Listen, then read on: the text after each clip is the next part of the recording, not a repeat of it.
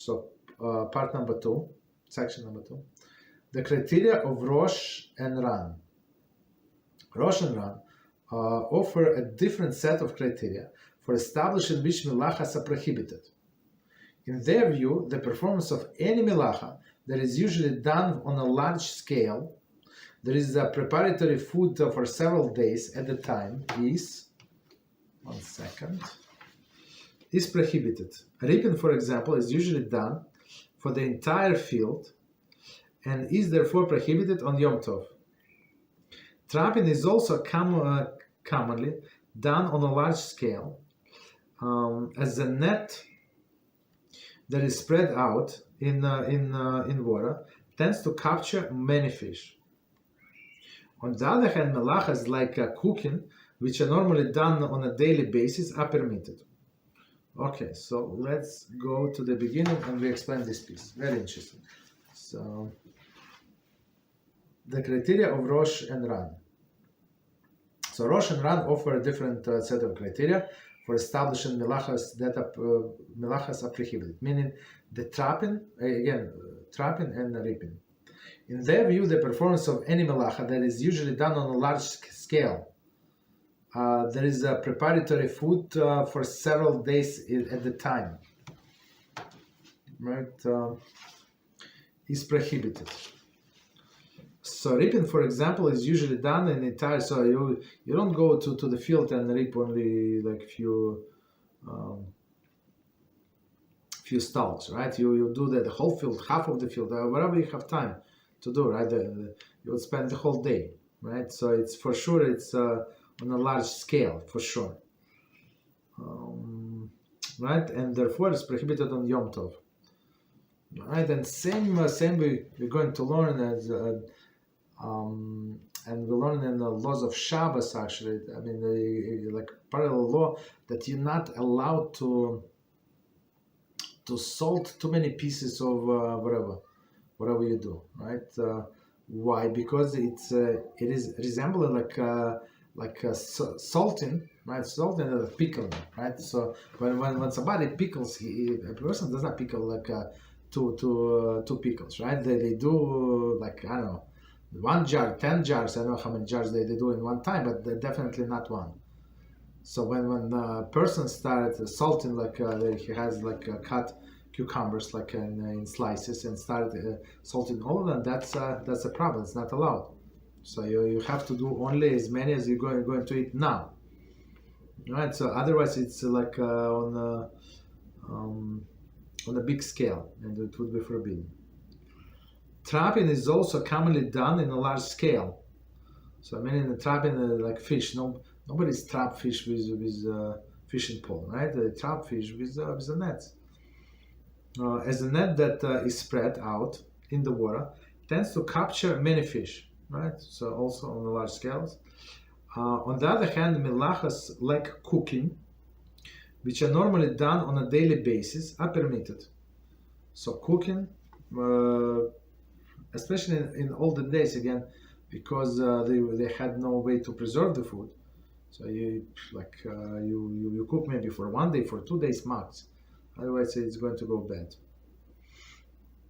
According to Rosh and Ran, any melacha that is usually done on a large scale is prohibited even for the purpose of preparing small amount of food.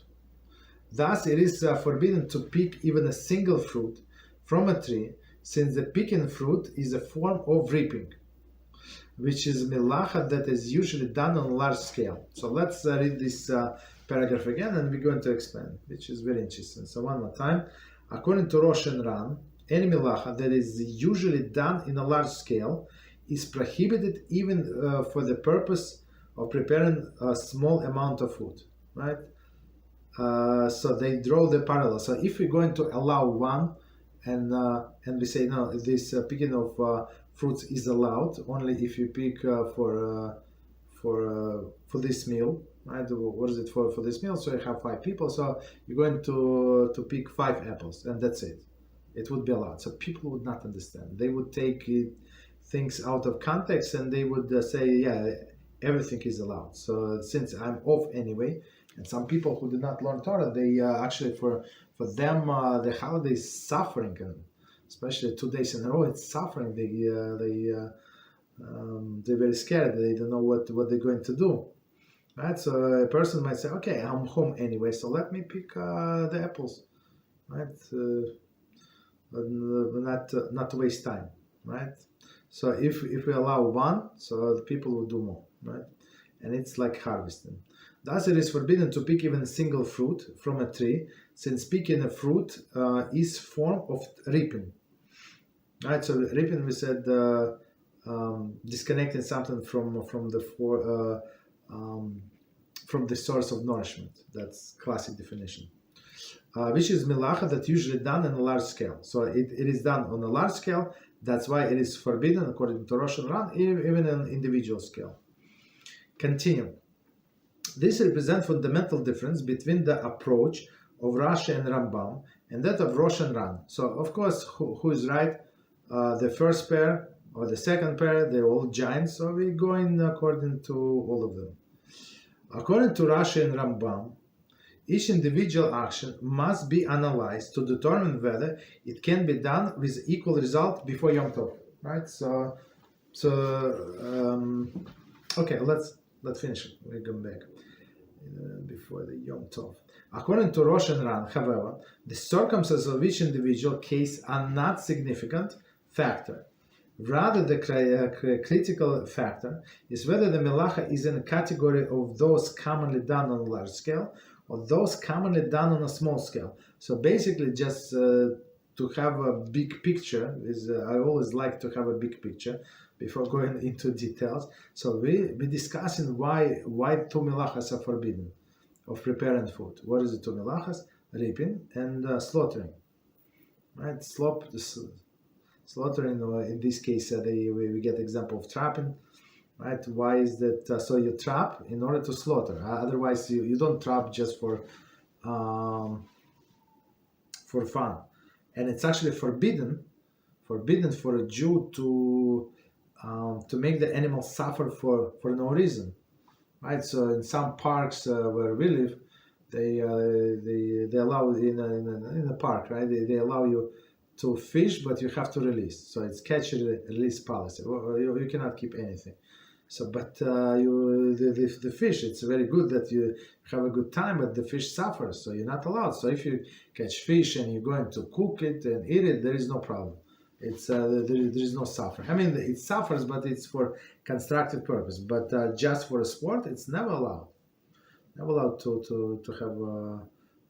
make animals suffer, right? Continue. So one second. So now, okay. So we try to summarize. So we have two different opinions. Same 2 melachas, same 2 prohibitions, but totally different approach. So one more time. This represents fundamental difference between approach of Rashi and Rambam and that of Rosh and Ran. According to Rashi and Rambam, each individual action must be analyzed to determine whether it can be done with equal results before the Yom Tov. So Rashi and Ran said, Rashi and Rambam said, so if you could have done before Yom Tov and it's going to be exactly the same quality of food, so you must do it before Yom Tov. You would not be allowed to do it on Yom Tov itself. And we said was it two examples that we gave for Rashi and Rambam. The first one is reaping grains, so it doesn't matter like if you did it today, yesterday, or a week ago, right? Why should we do it on holiday? And the second is trapping. So people don't trap for one like I don't know, for one meal, right? For one portion. No, you trap like fish. You trap a lot, or you trap animals. So if it's big animal, if it's deer or something, you're not going to eat the whole deer in one settings, right? So it's basically for a long time, right? Okay. And long time is not allowed. Why? Because again, we're going to back to the basics. We said that only what you need for you to eat on that day, So you're allowed to cook, but not on different days. Okay. So according to Rosh, so second opinion, however, the circumstances of each individual case are not significant factors. So in each individual case, so I mean, can it do it before it's going to be fresh or not fresh? Okay, that's Rosh said no, that's not the issue. The issue is rather the critical factor whether the melacha is category that are commonly done on a large scale, right? Like we sell the strap, commonly done or those commonly done on a small scale. So cooking, okay, like a small meal, some people cook only one day, and I know some people who do not eat leftover on second day. That's seriously, I mean, it's fresh, but it's beyond them. Very interesting.